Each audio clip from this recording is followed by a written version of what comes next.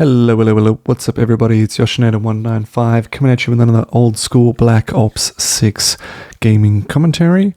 And in today's episode, why consultants are the ultimate BS artists, which is a very aggressive statement to make potentially, and I'm maybe generalizing a lot of consultants out there. And look, I'm not going to say every consultant is terrible, but perhaps I'll narrow it down to my experience working as an engineering consultant, at least for myself, because not that I'm saying I was a BS artist, but I was a young graduate as an engineering consultant, and I was often put into situations where I didn't know how to do something, and I was expected to kind of learn on the job but be paid by the client who thought I was the expert in what I was trying to help them to do, even though they were indirectly or kind of directly paying for my training, if that makes sense. Maybe, and I'll go into kind of a situation where I just started and I was kind of helping another client take on board this new particular software. And this software, was unfamiliar to me. I had never heard of it before, so too the client hadn't heard of it before.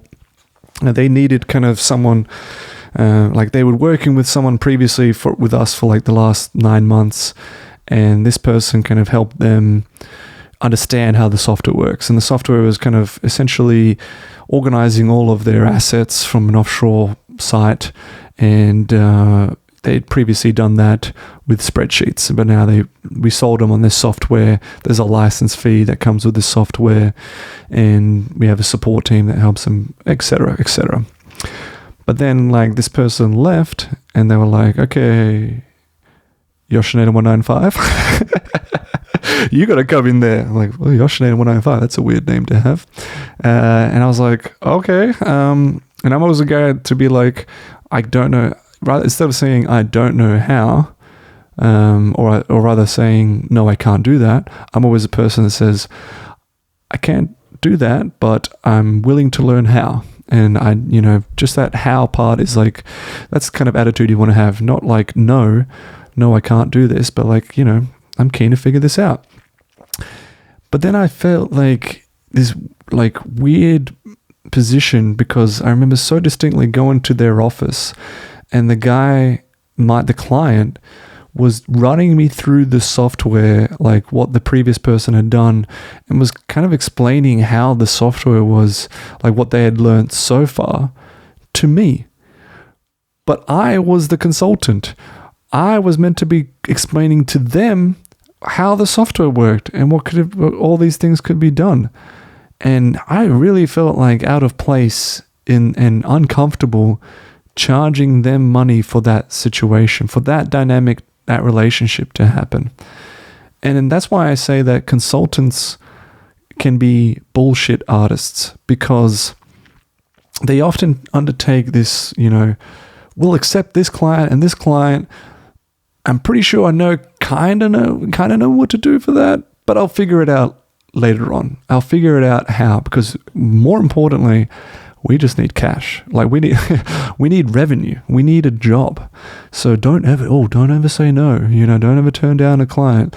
You bend over backwards to get that client. And it's the positive side to it, to play some devil's advocate, is that it forces you into some pressure situation where you begin more focused and you get to learn.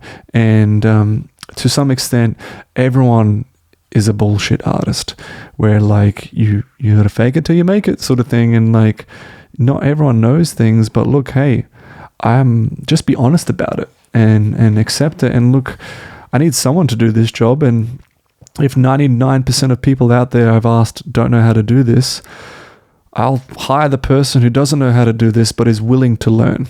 Fair enough. I completely accept that, and it's a positive thing where like it forces you into some situation where you might perform even better because now you've got some pressure and a deadline. And it's also potentially interesting depending on what you get to do. If you get to learn how to do something that you've never done before, that's exciting. I like learning.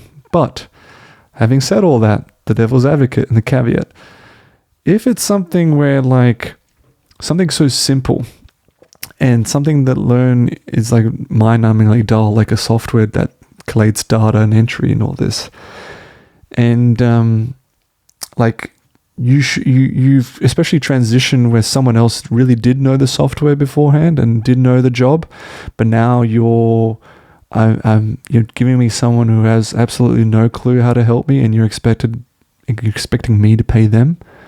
It's like, what? It's so I hate that. I hate that completely.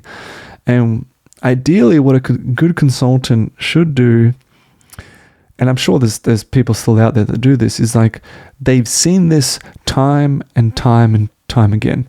They've gone to businesses, they've helped businesses with this very same exact problem, and then when you come to them and ask for them help, sure, now they can help you consult. They can give you some advice to help you out on what you're dealing with.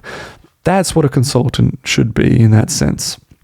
Now, look, maybe there might be like, not every consultant has cookie cutter advice that's going to work for every business, but it should be at least similar, like, or quite similar enough to be like, okay, I've got like fundamentals and I can kind of analyze your business and your problems from the systems that I have and tailor it to your situation. You know, it's not going to be the same advice I gave to this other business, but here's the advice I give to your business. That, fine, I accept that.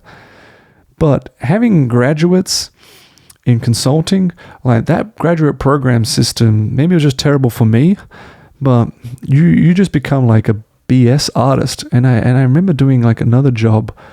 I was like an environmental consultant where, you know, it was things around me where they were like, okay, who can we task to help us out with this client? Who knows the most about it?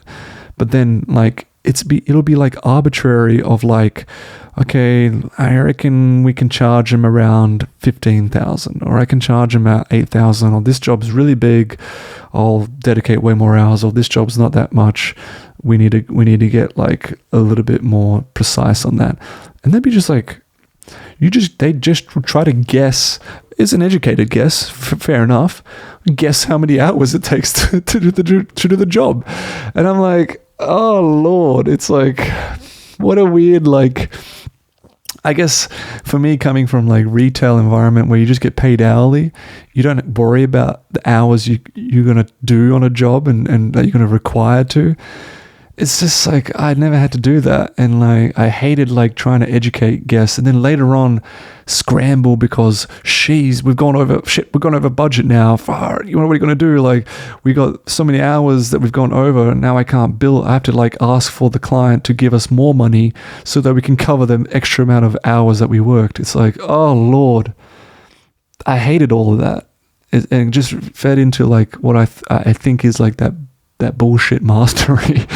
And I want to know if there are any of the other consultants out there have experienced something like that where they struggled to like fake it till they make it, felt a bit conflicted and weird about doing the work that they weren't necessarily sure of, but had to be paid to be trained to do it. And then later on, like, how many hours are you going to take to do it? I don't know, like, geez, we'll make up some number. It just felt, all of that just felt so